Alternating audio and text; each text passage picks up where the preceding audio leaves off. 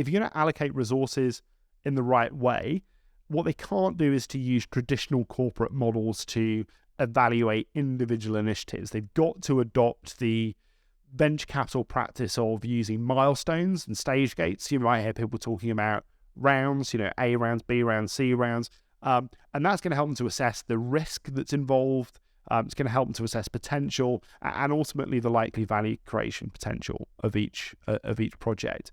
As projects progress, the board have got to ask the right questions, essentially. And those questions, depending on what stage an idea is at, might not be traditional questions around EBIT, around profitability. They might, depending on what stage an idea is at, not even be about revenue either. If you're at the opportunity navigation stage and you're asking for, 100K to test an idea, it might be about the total addressable market, or if you've tested an idea and you want to raise funds to build an MVP, it might be about customer willingness to pay.